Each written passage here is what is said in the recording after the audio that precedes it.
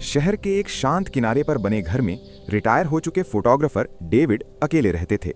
उनके साथ रहता था चीकू, एक समझदार चिंपैंजी नहीं बल्कि डेविड का सबसे करीबी दोस्त बन चुका था। सुबह की पहली किरण के साथ चीकू का दिन शुरू होता। वो खुद अपनी चादर समेटता और रसोई में जाकर डेविड के लिए कॉफी बनाने में मदद करता। उसे पता था कि डेविड को कितनी चीनी चाहिए और कितना दूध।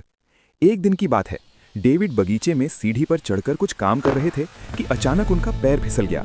डेविड जमीन पर गिर पड़े और उनके पैर में गहरी चोट आई।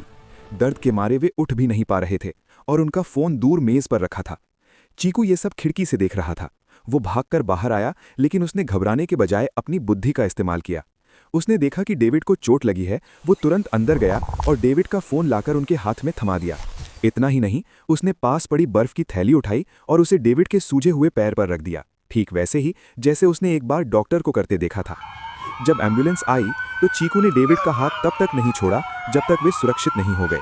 अस्पताल से वापस आने के बाद चीकू ने कई हफ्तों तक डेविड की परछाई बनकर उनकी देखभाल की। वो उनके लिए पानी लाता, टीवी का रिमोट थमाता और जब डेविड सोने जाते तो उनके पैर के पास बैठकर उन्हें सुकून का एहसास दिलाता। पड़ोसियों के लिए चीकू एक अजूबा था, लेकिन डेविड के लिए वो एक ऐसी रूह थी जो बिना बोले भी इंसानियत का सबसे बड़ा सबक सिखा रही थी कि वफादारी और प्यार के लिए शब्दों की जरूरत नहीं होती। दोस्तों, हमें लाइक सब्सक्राइब करो। रोज नई नई कहानियां सुनाऊंगा।